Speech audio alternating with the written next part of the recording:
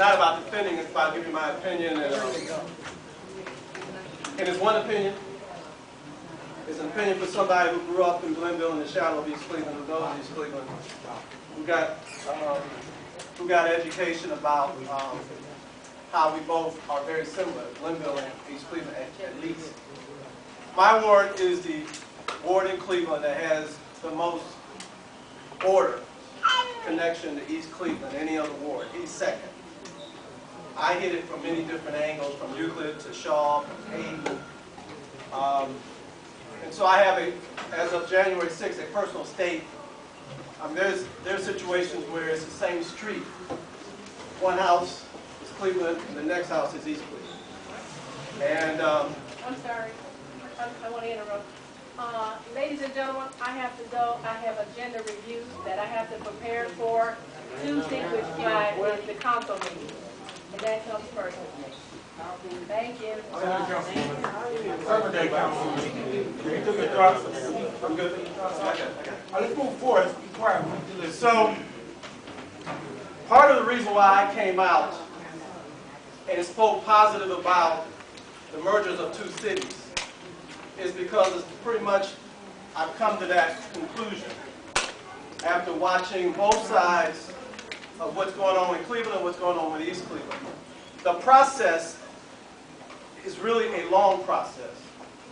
And so the discussion begins today publicly. I think this is the first forum I've ever had. When it's all said and done, elected officials don't have the last say. It is the people on both sides, in both communities. And there's no given that Cleveland wants to annex, to merge with East Cleveland. Folks, as far as west side of Cleveland has to go, not just Glenville. So there's no guarantee that Cleveland even wants to merge with East Cleveland. And of course, there's no guarantee that East Cleveland wants to merge with Cleveland. The question is, I think we need to have that discussion. And those of us who believe the merger is best interest of both cities have to make our case. And those who are against the mergers have to make their case of why. And then I believe, though, votes should be called at some point. It won't be this year. I don't anticipate it being until at the earliest sometime next year, because I think I would not want to call a roll until we're out in the community and talk about the benefits of both cities. My opinion, short, Cleveland needs East Cleveland.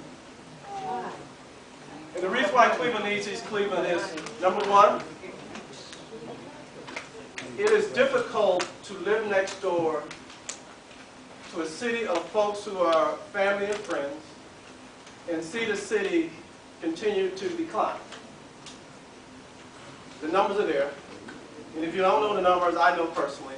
We're down to 17,500 some folks. Each ward in Cleveland is 23,000. So it's less than a city ward, less than my ward. The other deals with the tax base and the issue of what investments are going to come. Cleveland East Side, particularly, is suffering from many of the problems East Cleveland is. And that is poverty, decline. The difference is that Cleveland has much more of a broader ability to bring resources.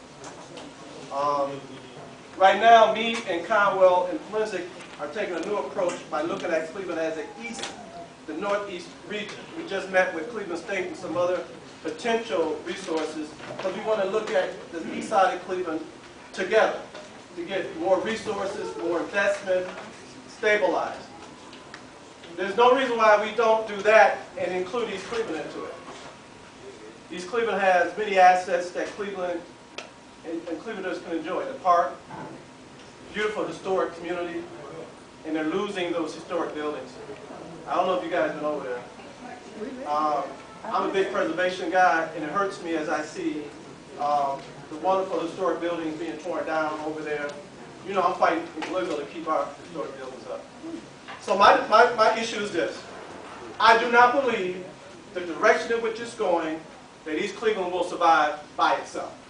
It's my opinion, based on my own analysis, despite whatever leadership is saying over there, I don't believe that folks are going to invest in East Cleveland unless it's part of the larger city of Cleveland. What you lose is that it's no longer a charter city. The people living over there don't call themselves East Clevelanders. But that doesn't mean there is no long-term benefit for the residents who live over there. And you all know that Cleveland Heights don't want to merge with anybody. But they are talking about wanting to cut the heel off. And Cleveland is, if we're going to merge everything or nothing. We're not trying to break East Cleveland up. So bottom line is we should have the discussion. If the people vote against it, then we could go to the next thing and discuss how to help East Cleveland. But I really believe the marriage between Cleveland is a natural marriage. And I'm going to continue to advocate that, and I got to continue to make my case. We can bring in resources to East Cleveland the moment that it's part of Cleveland. Not the public safety issue and the other city services. Now, that's my opinion, and let's have a discussion about that. So, you're taking over since Madam Chair. So I'll yield to any questions for our Madam Chair.